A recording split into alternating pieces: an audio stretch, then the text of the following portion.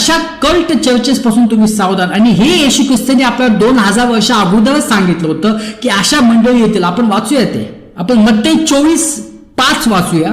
कारण माझ्या नावाने पुष्कळ जण येतील आणि म्हणतील मी ख्रिस्त आहे आणि ते पुष्कळ लोकांस फसवतील. मत्ती 11 अनेक खोटे संदेष्टे येतील आणि ते पुष्कळांना फसवतील.